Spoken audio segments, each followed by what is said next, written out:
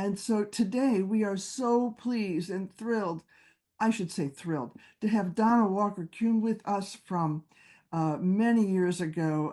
Donna was our keynote speaker at the CMA conference. Maybe some of you attended it in person at the Westin. And every time I hear Donna, I learn something. She has taught me so much about commitment to audience and how to create bridges and how to create community spirit. And so that all translates into something much bigger. So anyway, again, Donna, thank you so much for sharing your insights and your knowledge and your expertise. Uh, Take it away, Donna. Thank you so much. Thank you. Thank you so much. It's always wonderful to speak with peers and colleagues. So that only brings me joy. And, the topic that you have selected is a very important one, not just because of the political climate now, but just in general. And so the first point I'd like to make is that not all currency is green. And so when we talk about impact, that it's not just in terms of financial, although of course that's very important. But what I've learned is that funders are looking at other ways of measuring impact, which is people, which is how is the community responding? How many? How long? What is sustained? What is predictable? And so I'm going to talk a little bit about just the community and that impact, and then I'll do a couple of examples, and then we'll have time for questions because an hour is really quick, which is fine. And so, for years I have worked in various arts organizations focusing on building community and building audiences. And the impact has always been really important, in two areas. One, audience development, which we know is transactional, and that is based on financial impact. And so we talk about how do we measure impact? How do we create the narrative so that funders and our other stakeholders understand the value your organization and your artistry bring to the community? We definitely want to frame it in terms of the kinds of people, the kinds of engagement, how consistent that is. So audience development is critical for that purpose, and that is targeting a specific demographic, to participate, to be engaged, to come, to purchase a ticket. All of those things become the metrics in which we look at impact. And of course, ticket sales are financial. Free events also have a significant impact because that's based on how many people came. And so those both become really important metrics for that. The other part of the formula is community engagement, when we're talking about impact. And so increasingly, I'm seeing many arts organizations now have community engagement managers, directors, and even VPs. So that's an indication that impact is also measured by how much is the organization involved in their targeted community. And that becomes part of the narrative. So the arts, as you all know, is not just some elite experience for just a few who can afford to purchase tickets and come to some of the grand arts organizations. It's also what's happening in my neighborhood, in my church, in my community center. And so the arts experience now has legs to it. And so going out is what community engagement is about, making this a transformational experience, not a transactional one. With community engagement, there is no expectation that you're going to come and purchase a ticket. It's about making sure that you have access to the art that we are developing and creating, and that we're bringing it to you where you are. So when you have this combination of audience development and community engagement, you have a very powerful narrative about impact. And that half of it is financial. Yes, we talk about the sales we have. We talk about the satisfaction that funders have when they walk through the building and see all these different people in these seats. that they help to support. The optics of that are really important. At the same time, these same funders want to have a footprint in the communities they serve. So that's another form of impact. How can we make sure we're reaching the people that we're serving? I was just talking to one of the banks here. I'm at NJPAC today. We have a big wellness fair. And I was thanking the bank for all of their efforts that they make in the community because it's significant. How many of those people that they are serving the community actually have accounts in the bank? That's not the primary goal. The primary goal is to say, we are where you live. So how do you get there? It's not as if the bank can just walk down the street and just put up a table. That's where you come in, arts organizations, artists, arts administrators, to create that bridge. So there's a significant value in these relationships, in these kind of partnerships. And so that's the first point I really wanted to emphasize when we talk about building audiences, strengthening communities, that the economic impact is not just green, but it is also in who shows up and the kind of positive perception and image that these organizations have. So sometimes corporations are struggling with images. Sometimes they're struggling with some things that may have happened that they kind of need to clean up. This is where the arts could be of support in providing a way for them to either discuss it or to be able to have a present that demonstrates that they care, that they are focused on supporting individuals and communities. So all of those things have value. Sometimes we're very, very hyper focused on getting that proposal out, which we must, because we've got to keep the lights on and pay everyone. But I want to just share that there are so many additional ways of looking at how do we create value, how do we demonstrate impact, particularly when perhaps what you're presenting on stage may not be as robust as you would like it to be. So how else do you develop it so that it does look as if you're functioning at 100%? Maybe you can only do 2 performances, 3 performances, and that may be compared to another similar based organization that's doing a lot more. What's the difference? Why should they fund me and not them? Because they're doing like 10 different shows and they have all these different kinds of artists. Yeah, but we have the connection with the community and we can point to individuals who believe in the work that we're doing and support what we're doing. So that has become really, really significant. When I look at the financial portfolio, for instance, at New Jersey Performing Arts Center, we get significant funding because of the partnerships we have, because of the footprints in the community. It has nothing to do with the box office transactions. And so you want to create this kind of broad base so it's not just one lane, but think about multiple lanes. And so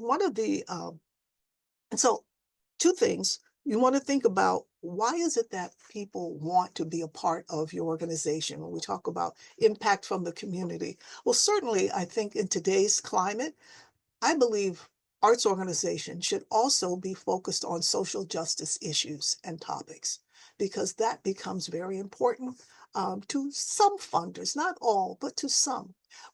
Absolutely, right now, federal funding is in major flux. I'm not quite sure where that's going to land, but that's not everyone.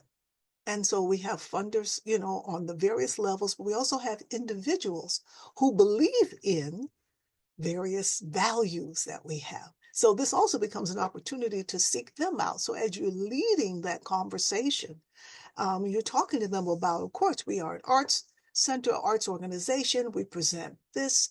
However, we're also very conscious of what is our community, what are they concerned about?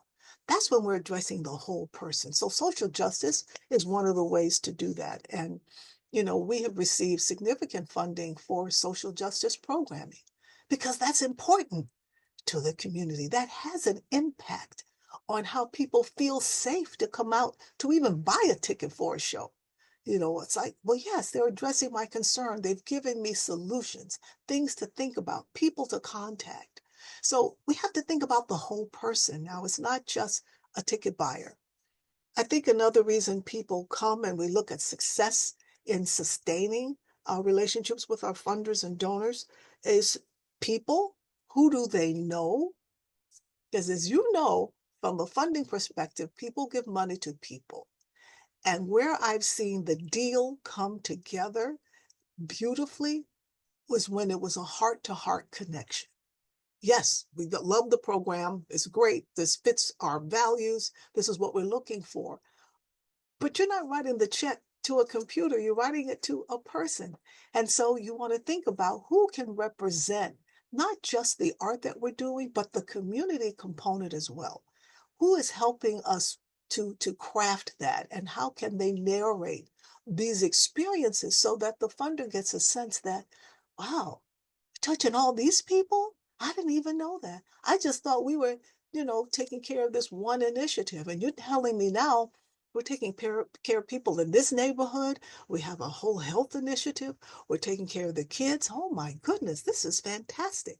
Because again, remember, these funders are reporting to their boards. So there's always these levels of reporting. What do you want the narrative to say?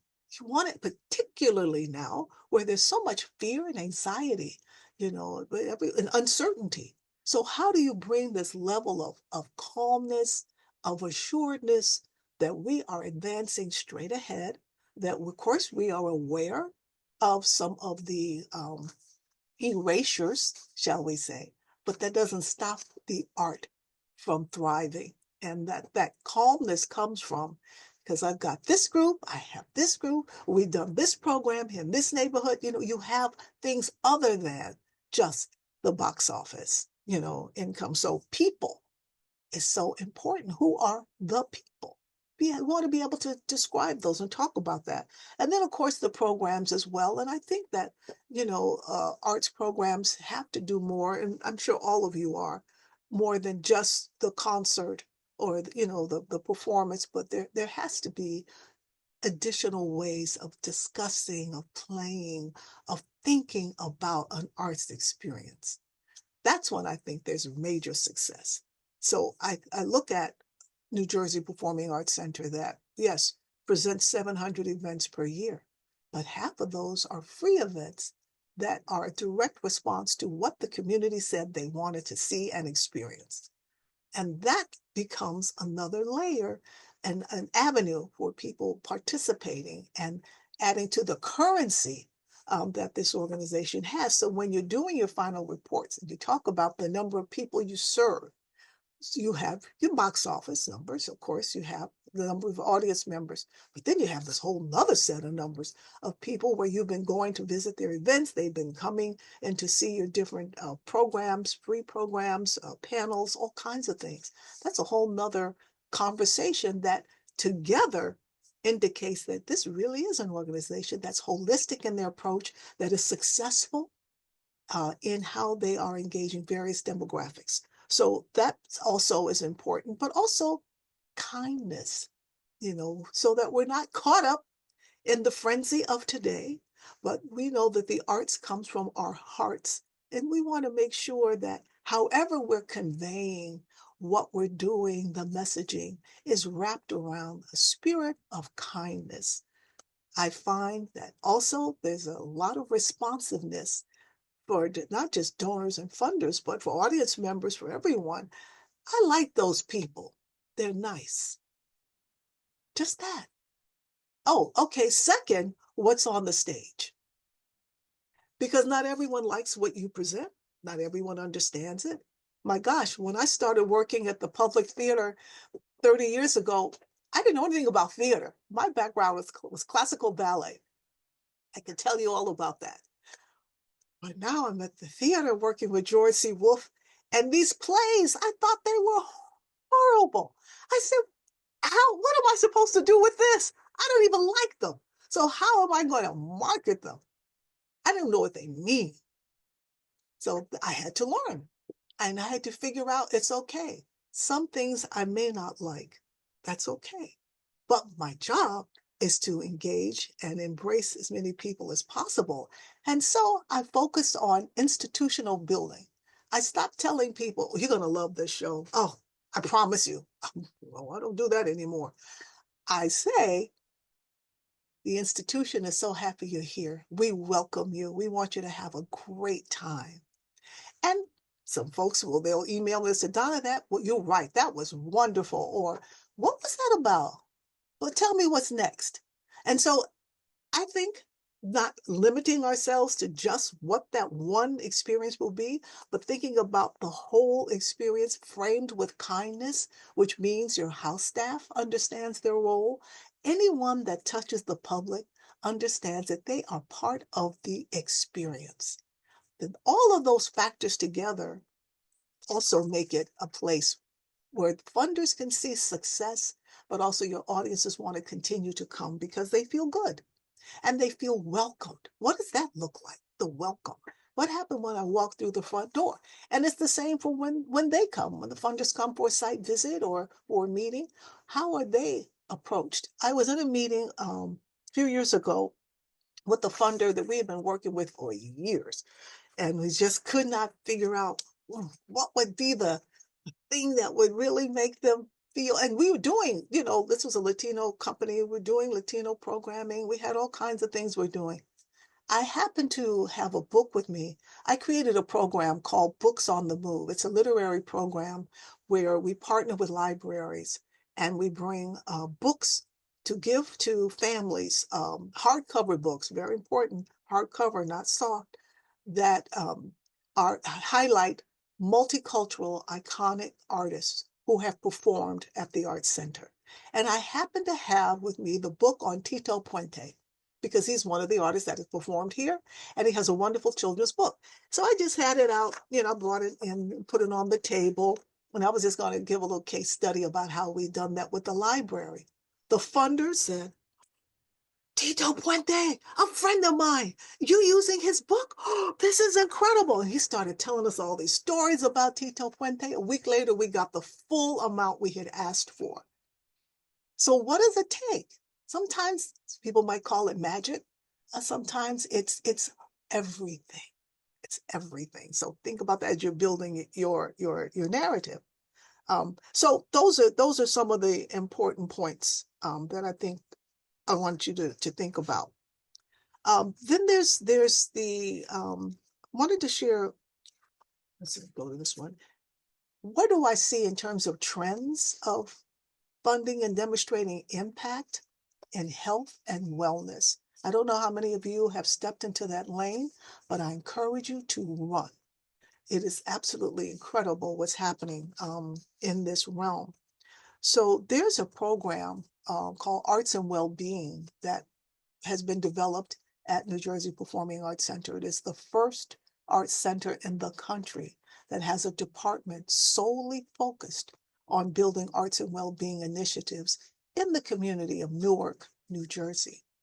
So far, this program has been endowed by the local hospitals, multi-million-dollar gifts. One reason, preventative health care. But what does that have to do with the arts? It has everything to do with the arts. Connect the dots. We don't want to just live in these little separate myopic lanes, but think about, how does a person feel? I don't feel like going to a concert. I don't feel like going. I just don't feel well. And so they have developed a number of initiatives, and some of these you've probably heard of. One of them is a social prescription initiative. If you want to visit a museum or attend a concert, you go to your doctor, as you might normally go. And instead of him prescribing medication, he prescribes a show. So you get a prescription that's a ticket to a show that is paid for by the health insurance companies. This is a movement it started in Canada. It's been happening in Florida. It's moving around the country. But if you want to look at what's trending, arts and well-being, it's absolutely amazing. And so working with universities is another smart move, because there you have the research where they can track, develop the metrics. So now you can really start to see what is the impact that we're having, particularly in communities that are under-resourced. So it may be different if you're in Manhattan on the Upper East Side. You may not need this initiative. But in communities where there are under-resourced and don't have which is often the source of funding. And often when I read these proposals and they talk about underserved and all the unders, okay, well, how do we level up? Let's help people feel healthy. And so the Arts and Wellbeing Initiative it's been absolutely incredible. And one of the statistics that they talk about is participating in arts activities at least once a month can increase the odds of healthy aging by 84%. Who's not interested in that? On multiple levels. So hospitals are interested in this because frankly, they want to be more involved in preventative health care. They don't have necessarily those relationships in the community to be able to do this. But the arts can be the connection. And so there's the social prescription that I talked to you about. There's the lullaby projects you may have heard about. Carnegie Hall does them. But just working with young mothers and mothers-to-be about how they can take care of their babies through melodies, through singing songs. This is how we build healthy communities that can easily be arts patrons, of course, because we're thriving. So let's step out of just looking at this one program, I got to get funded, or I want this new piece, yes, keep all of that, but it's so much more. And that's the point I'm making as you build this narrative about impact and what economic means, not just the currency. There's also the promotion of health, with different community partners. You think about what are the ways that I can get people involved? How can I talk to people about their health, about wanting to take care of themselves, and and families. So those things become really important and fundable, particularly in the healthcare industry. The hospitals in particular have been extremely receptive to this. So I just wanted to share that. Also, what I've learned in terms of, impact is who are the partners that you have to work with. Very important to pay attention to that. Who are the partners? Who are you working with on a predictable, consistent level? Not just once a month or once a year, let's say Black History Month. Yes, I can gather together. I got the churches, I have this, I have that. That's not what I'm talking about. I'm talking about your consistent partners that function as a thread throughout your organization. Who are they? That's also a very important component of your narrative when you talk about impact.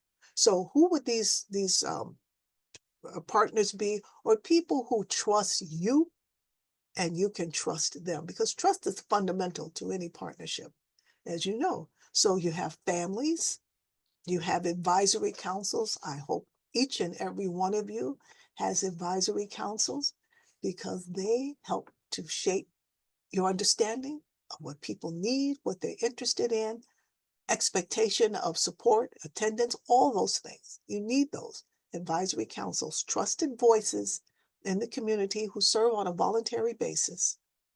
Very important. Your government officials, elected officials as well, volunteers who are also there to support and be the face of your organization so that when you're doing tabling, you're going out to different events, people can see you. It's like, why should I care about this organization? I don't see them. They expect me to just buy a ticket and come through the front door. Versus they were at my street fair. Yes, they came to my block party. Yes, they came to the event in the park. That's what starts to change this from being transactional to being transformational. And so we need all of this, I think, for healthy arts experiences, certainly as we look into the future. Business leaders. And so, yes, we have our funders, but we also have businesses who want to also thrive and have a footprint in various communities. And so as you're talking about impact, you can talk about, well, we have these 10 businesses who are also supporting us. And so then the economic impact of that, is something that you can easily see. And then, of course, arts education. Who are the teachers and the educators, that you're working with?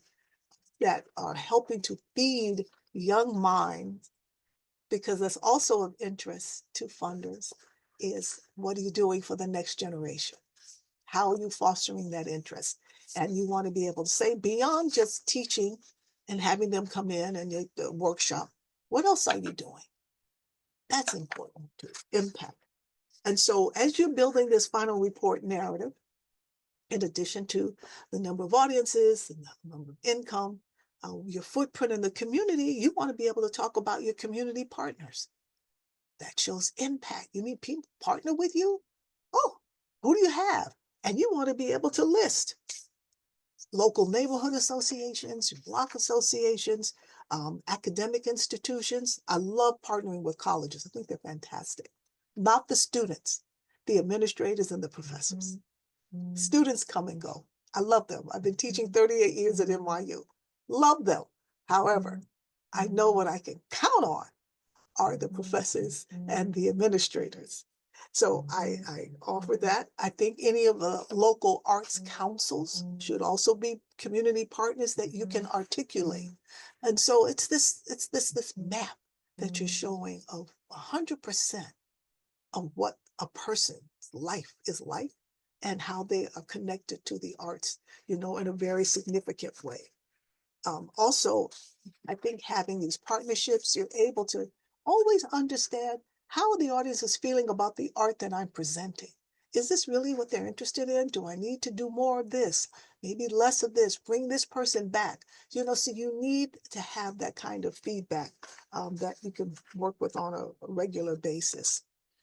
I think that also when you talk about, and this is interesting, this is something that has developed probably in the past 5 years. I've seen it a lot with Broadway, with commercial theater, as well as various arts experiences, including opera.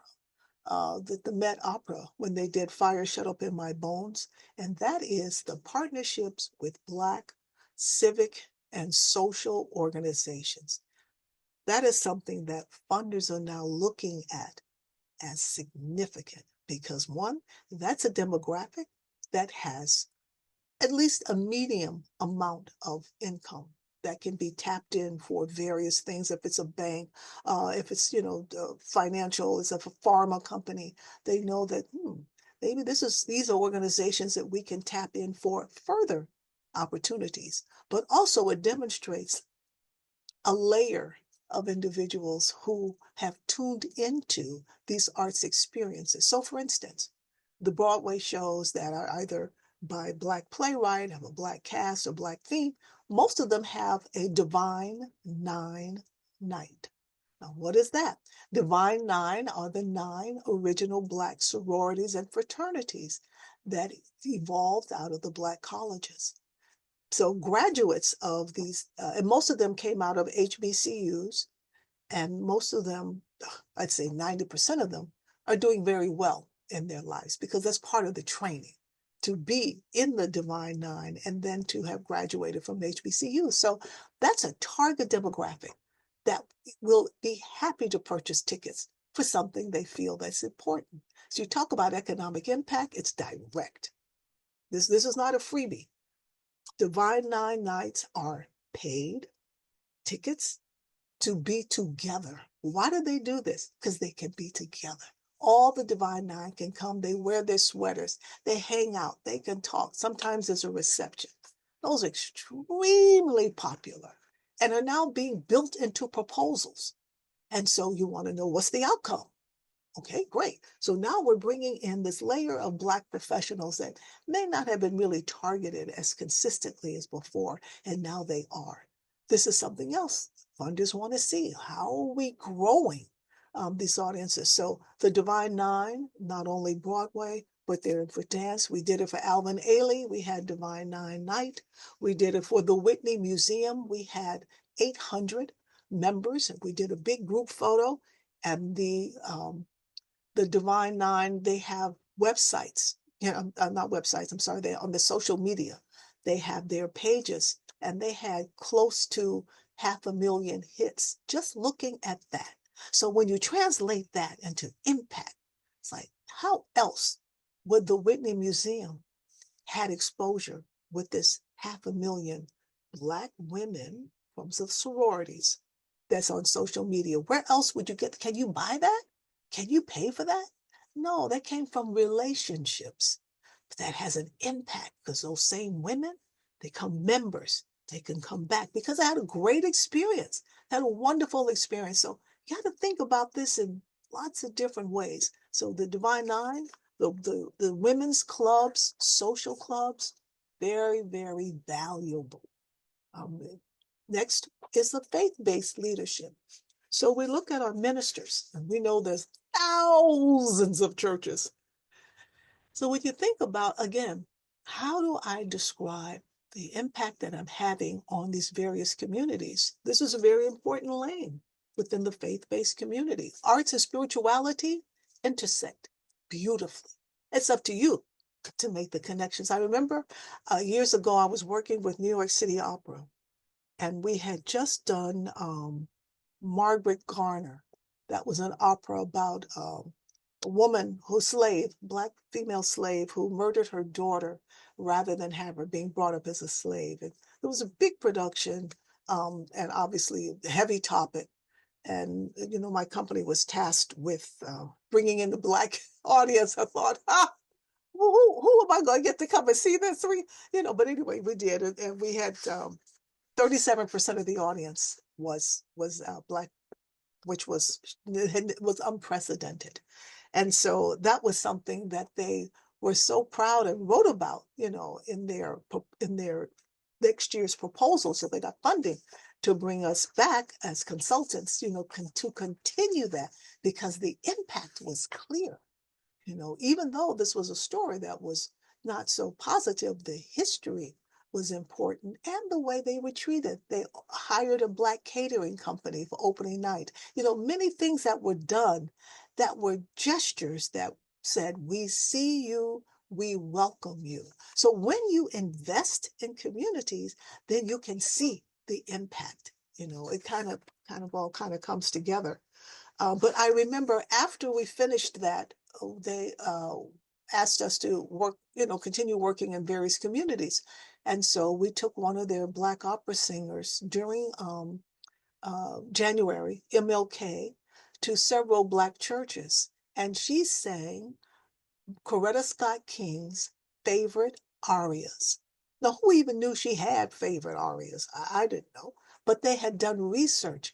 And because MLK, such an important event in the Black churches, they targeted that. It was perfect because the churches, the minister, they were so excited that we were giving light to Coretta Scott King, number one, and they translated the arias from Italian to English so that the congregation could understand what was being performed. That was huge, huge. So the feedback back to City Opera was, you all are fantastic. We love you. This is great. And wanting to continue and participate. So the output has to be, meet the expectations. We have to invest. I think another area to start to measure impact. I've been talking a lot about external, but there's also the internal. If you have a staff, if you have a team, how do they feel? Do they feel included? Do they feel like they belong? What are you doing to sustain and grow your staff, your team? That also is really important. And so employee resource groups, again, have become a very fundable resource for a lot of corporations in particular, because they want to ensure that, yes, you all are doing all this great work, but the people that are working for you and with you, how are they doing? And the ERGs are absolutely designed to make sure that there's camaraderie, that there's shared experiences, that things feel very positive, when you come into work. I'm always focused on how do we get to 100? 100% participation, capacity, all those things. And so I'm just sharing with you some of the things that I think are important. The other case study that I want to share with you are festivals. So I believe that the arts have to be where people are. And so that means we go to where they live. We go to the kinds of things that they do that bring them enjoyment. What are those? Festivals. One of those that I've been a part of for about 30 years is Harlem Week. Harlem Week uh, started off as one day 51 years ago, and it is now the month of August. And they present all kinds of different events targeting a lot of different demographics. Why this is so important? It's the role of the arts in Harlem Week.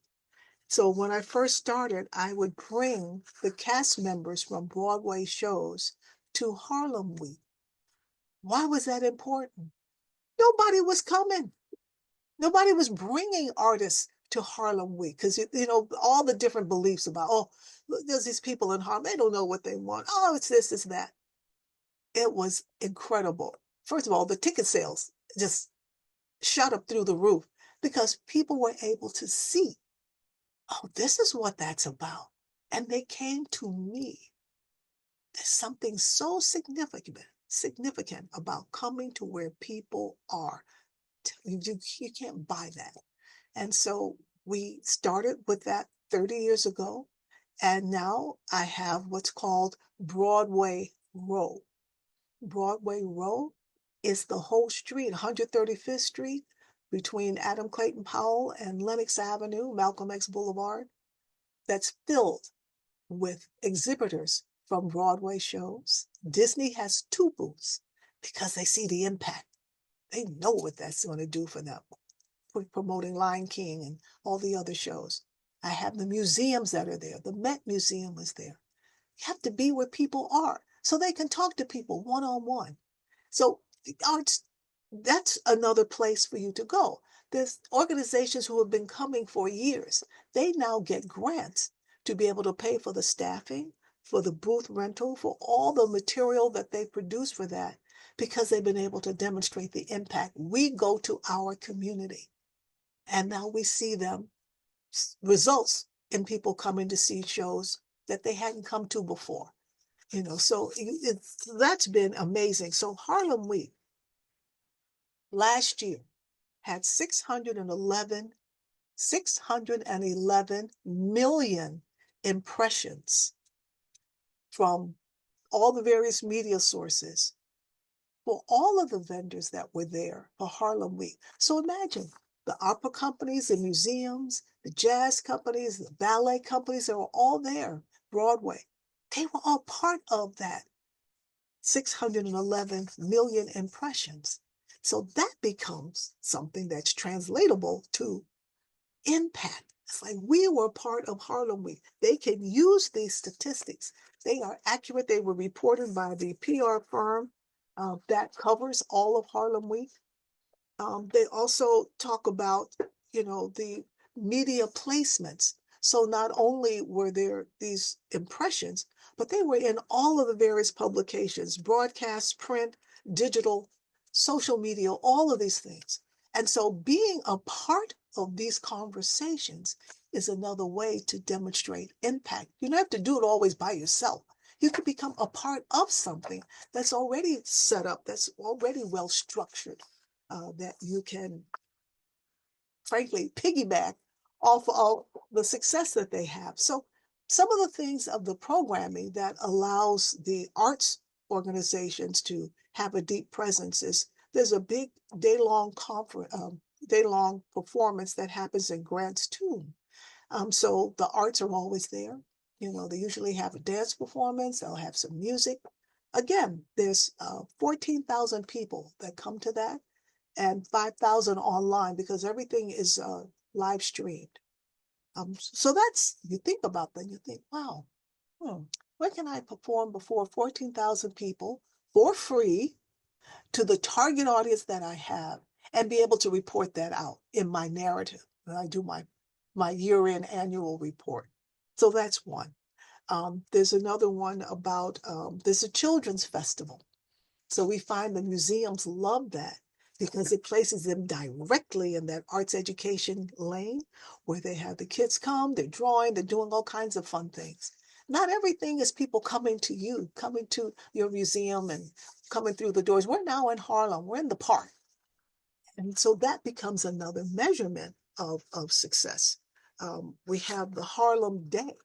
Harlem Day is, the last Sunday, the third Sunday of August, and it is where, people get the opportunity to present lots of different kinds of performances. So what I have created, along with my partner, Irene Gandy, we have created opportunities for arts organizations to present on Harlem Day, where we will have 60,000 people present in person and 16,000 online. And so what do? You present excerpts from Broadway shows. We always do at least 3 or 4 of those. We have excerpts from the Dance Theater of Harlem. We've had Alvin Ailey perform. We have people who want to have this impact with these different communities. Here's access. It's an open door. So I just encourage you to look at, what are the opportunities that are right in front of me that can help me to expand my narrative of economic impact, define what that means. We also have to educate our funders because they sometimes look at things in a very myopic way. And so use this moment to talk about impact for us means the following. And that way they can follow you as you describe what that looks like. So I think we're in a moment in time where we can do that. So just wrapping up in conclusion, because I want to definitely be able to hear from you. I think this is a time that requires us to really be brave and strong and confident with the arts leading the way. If you look at throughout civilization, it's always been the arts that told the story. Why would that be different now? So let's be confident that we're in the environment that I think is going to allow our humanity to win in the end. That's what I believe. And I love the quote from Amanda Gorman in her poem, The Hill We Climb. And she writes, "The new dawn blooms as we free it, for there is always light, if only we're brave enough to see it, if only we're brave enough to be it." So this is our time. Let's do it. Thank you. Ready for questions. Thank you, Donna.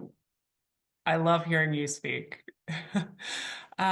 We did just get a question from Peter Espenshade. Are there any examples of best practices for serving and reaching out to substance use disorder recovery communities? They want to start work there at Lake Champlain Festival. That's a great question. Personally, no, I have not. But what I would offer is like any other demographic, and I definitely have worked with the differently abled population. So I'm putting that hat on in my brain.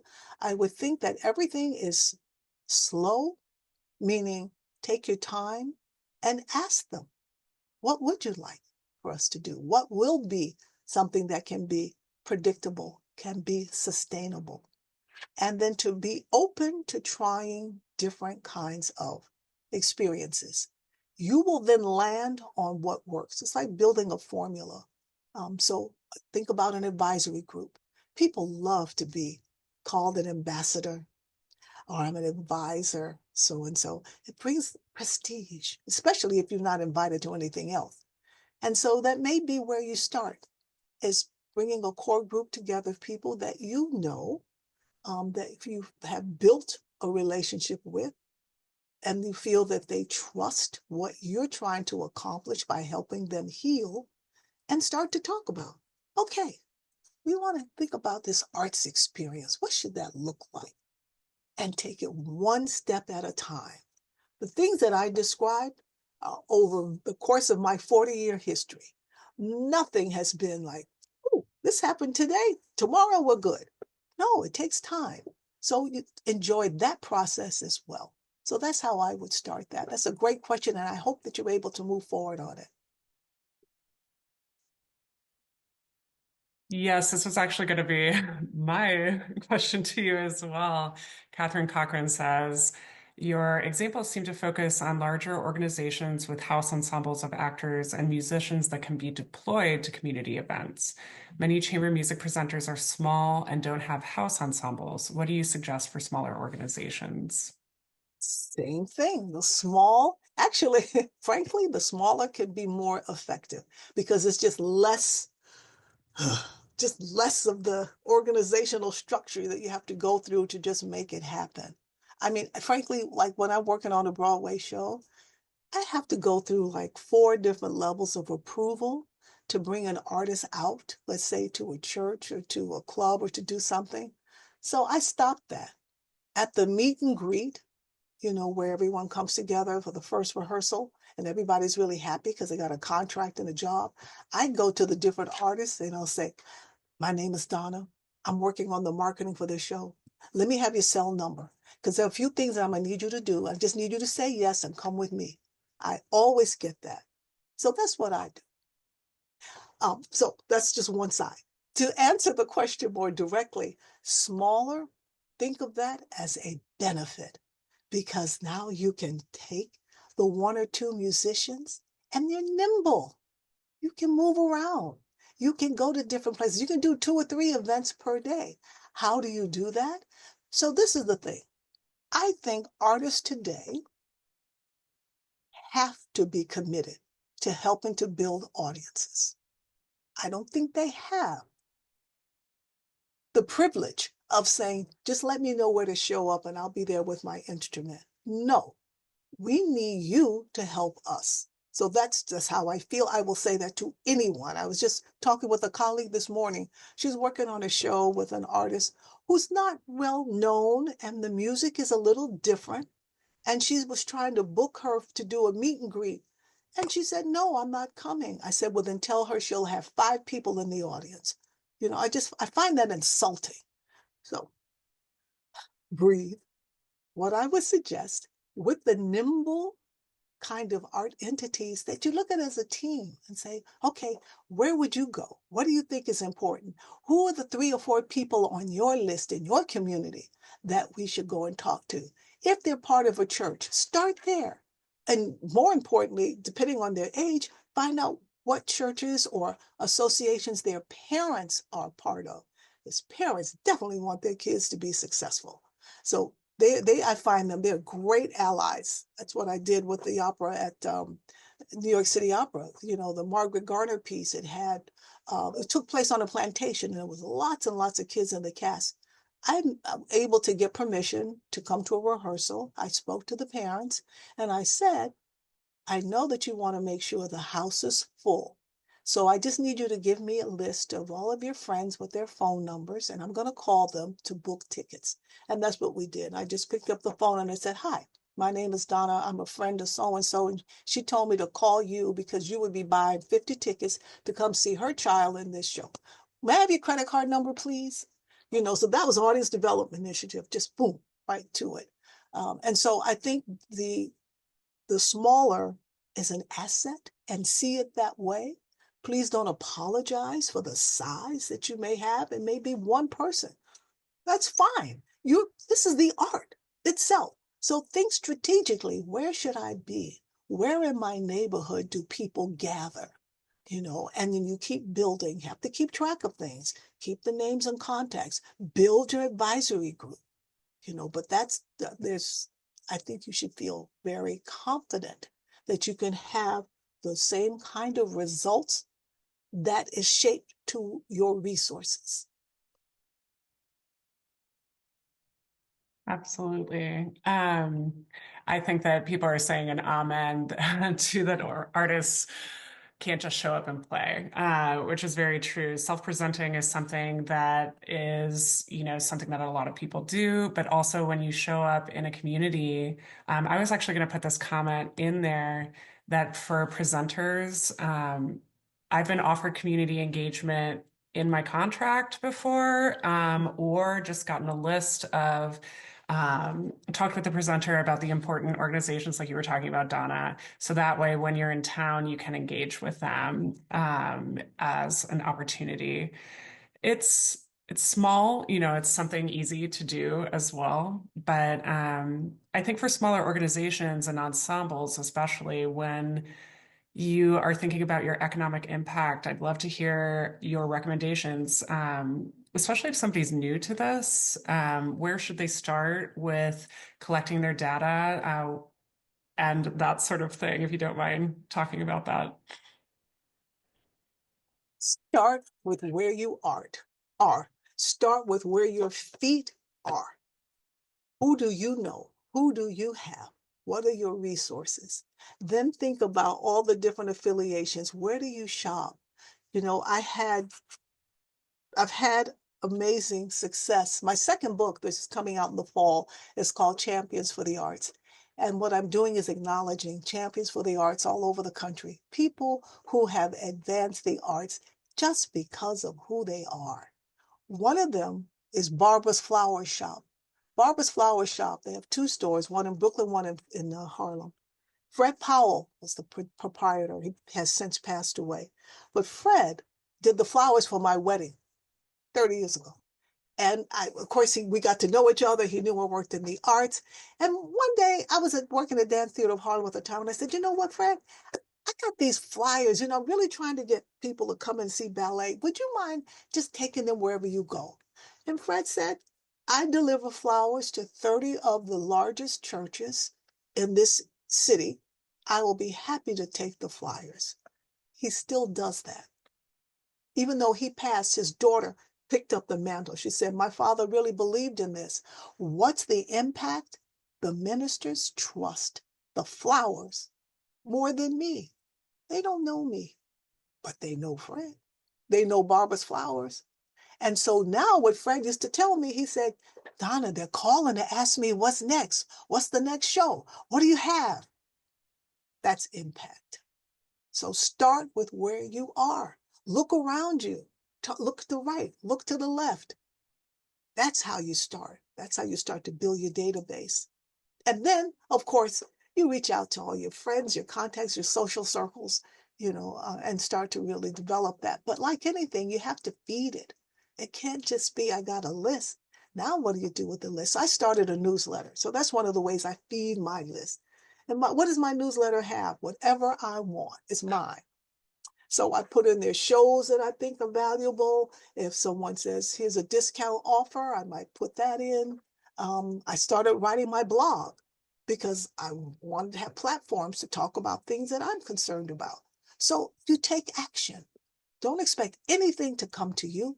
If it does, that's wonderful. I've had many serendipitous moments, but I also know the key to the success is my being active, my taking action, my looking at things, not just with my eyes, but look at things through your heart. And you will see what's right in front of you. Who are the people, when you have a performance, and this is back to the chamber ensemble, when you have a performance and people come up and say, oh, I love that. Don't just stand there and smile and say thank you. Get that person's cell number. Ask them again, you do your social media handles. Can you put that up? That should be automatic. Impact.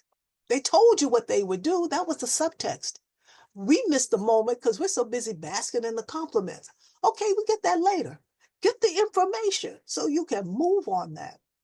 So those are ways to start to build. Yeah. That's awesome. I also put in the chat just with data collection, just even in around the block where you perform, just like thinking like what is around the block. People park, people eat, people grab a drink, like all of these That's right. things. It's a great thing to remind everybody of. We I've have done 5. events. Oh yeah, go ahead. I just want to add one more point. I've done events in beauty parlors. You have to go where people are. Women going to go to the beauty parlor. Don't have to worry about that. It doesn't matter if it's 5-time recession. Still going to get our hair done. We're going to get our nails done. So I have taken the arts. I took Alvin Ailey to the beauty parlors in Harlem. I go to where people are. So it doesn't matter the size. Doesn't matter who they are. I have a captive audience. Some of them have, they all have the video machines, the TV. Bring your reel. Say, wait, can you pause that a moment? Let me stick that in here.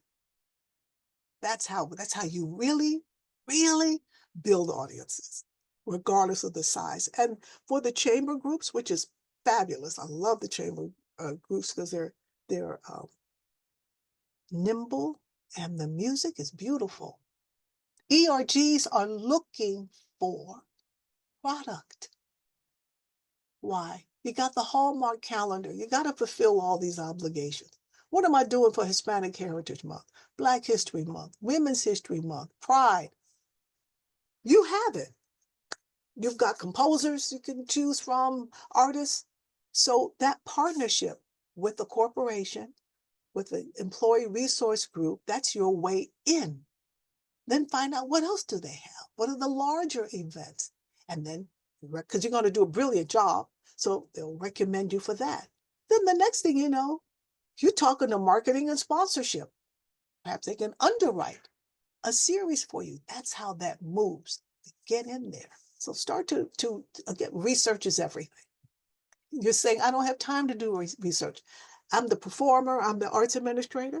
Then you surround yourself with people who can help you. That's where you go to some of the colleges and ask the class to adopt your organization and say, for this semester, these are the 5 things that we need. Can you do this? And talk to the professor. They're graded on this. My students are graded on participation and engagement. Tomorrow, we're going to the Billie Holiday Theater in Brooklyn as part of their learning of what does on-the-ground community engagement look like. Now, they have to write a paper on that. And it better be thorough because I was there. I know what it is. If it's not, it will not be an A, I promise you. So I know that professors are looking, for content. So this could be another avenue for that. Okay, 1:58. Time to go. And I know Donna has to run, but please feel free to stay on just for a few extra minutes so we can chat. Thank you, Donna. Truly, this has been wonderful to hear from you.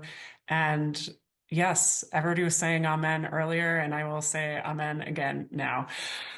Thank you so much for being here. And I just want to say to our members that we have all of these upcoming events just like this, and you can sign up for them as a part of your membership on our Members Corner page. And you can just simply get there by logging in or on our website, looking at our membership options. I'll put a few in the chat, and I will also follow up tomorrow with information regarding this. I'm You going to okay? put my Information. I'll put my email in the chat too, just in case there was Great. something I didn't get to answer. Absolutely. And I'll CC you into the email as well. Again, thank you, Donna, and You're we really welcome. appreciate it. I wish Yeah. everyone the best. Keep Thank thriving. you. Keep thriving. Awesome. Thank you so Bye, much, Donna. as Thank always. you. Bye-bye. Thank you. Okay. Great. Bye-bye. To everyone that's still on, we are more than happy to chat a little bit more. Susan and I have both presented, performed, done all of these things, so we're happy to chat. And I think that Julie, you just had a great question of the actual collection of this data and how to present it. This is something I've had to do for symphonies mainly, but also have done for smaller ensembles. And I know Jose Feliciano, who's here, who's our director of grants programs, also has had to do this as well.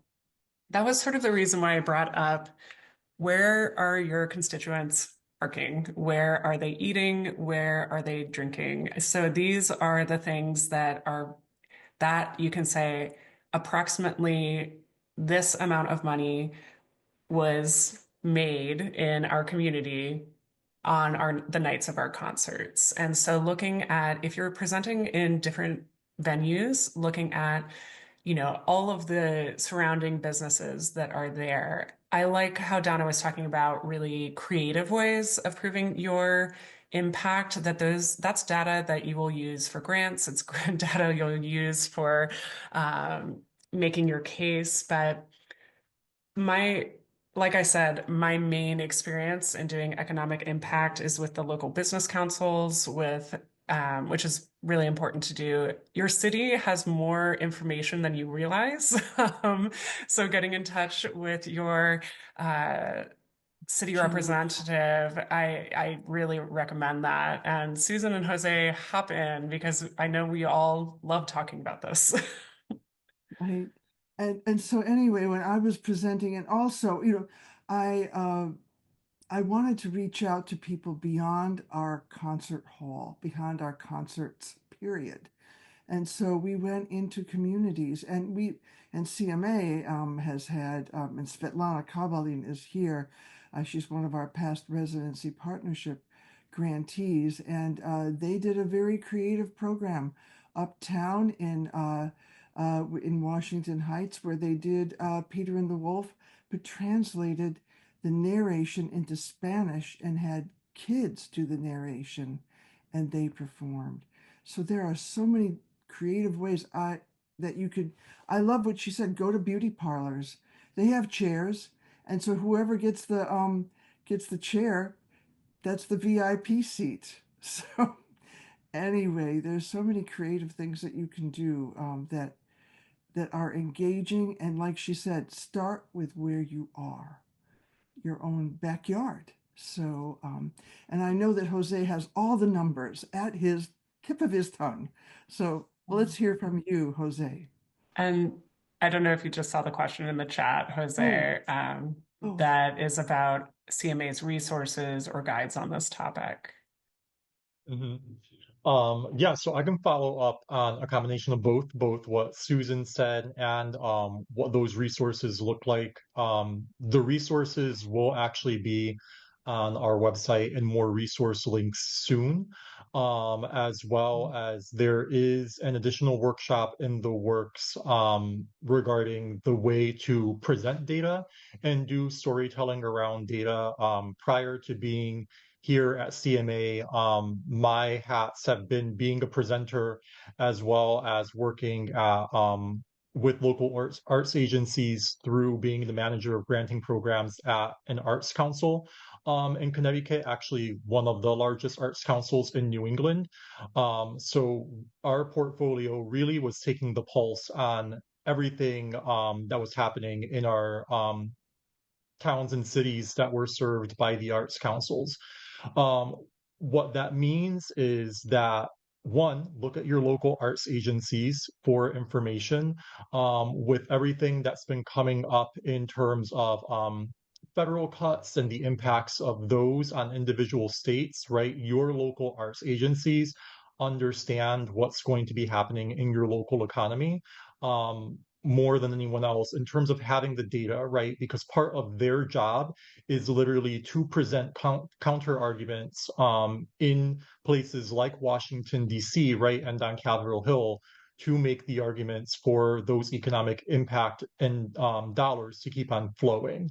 So definitely look at your local arts agencies. Also look at organizations like AFTA, Americans for the Arts. They have an entire section of their website which has a bunch of calculators which are used for this. And as Susan said, these numbers live sort of rent-free off the top of my head.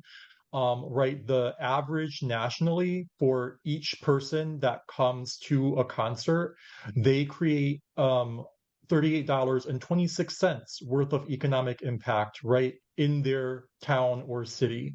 And that's not counting the ticket prices, right, because that can range from free all the way to a larger amount. And what that means is, right, what they're looking at are you just don't operate as much as we wish we could into the venues, right? We have to get in our car, which means that we're pouring gas into our car. We're picking up our nuggets and fries on the way. We're running from work to get to the venue, right? Or we're keeping that money in our pocket so we can buy something at the venue. If you've partnered with local folks, or if you are an outdoor festival, that might mean that there's food trucks, right? So there's this whole local economy and economic impact ripple effect that happens. And that's measured through places like AFTA, Americans for the Arts, and the calculators that they use. And then there's storytelling that can be done around that, right? To places like local economic development councils, if you're trying to make that argument, to chambers of commerce. I know with some places around the US, cultural districts are a big thing, at least in New England right now. So I just came out of a meeting last week where the big discussion for one of the cultural districts that's being potentially created was, well, what does the economic impact look like, right? What is it going to cost people? And the discussion very quickly became the opposite of like, well, actually, how much extra money is this going to bring in to town per person if this cultural district, in theory, is going to create an extra 10,000 people's worth of impact through summer festivals, through concerts, and things of that nature, right? So 10,000 times that 3826 becomes a really big dollar amount and a really big economic ripple where organizations that were part of this committee that's going to be hopefully bringing this economic district, cultural district concept to the forefront, right, can easily say, we're going to, just in year one, create this much impact worth of dollar per dollar, cent for cent in our community. That's impressive when, right, you're talking to individuals who are wondering, how are we filling deficits?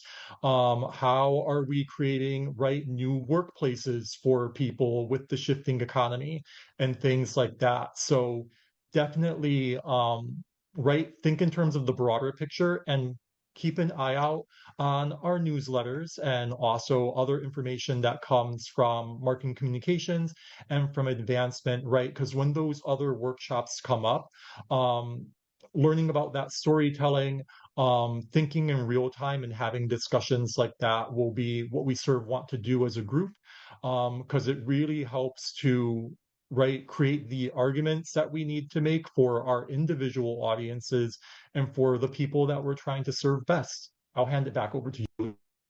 Oh yeah, I was like waving non-existently to Julie because I thought she was leaving.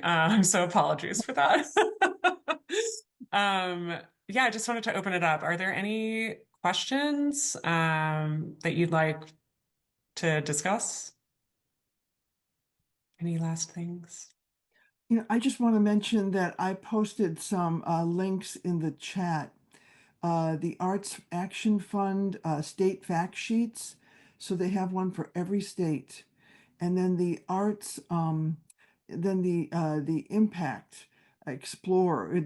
I'm sorry, the arts. Okay, it's the explorer. And if you go into this screen, you can click on a wheel for whatever community type of community organization you'd like to partner with and get insights on and talking points. Like maybe you want to go to a local hospital or someplace, and you can sit and you can go in there, with data that, oh yes, according to the Americans for the Arts, this is what can be brought to a community, and there's so many numbers there that you can get, and there are case studies. If you go on the spokes of the wheel at the Explorer link that I just put in the chat, that was the one at I think 206.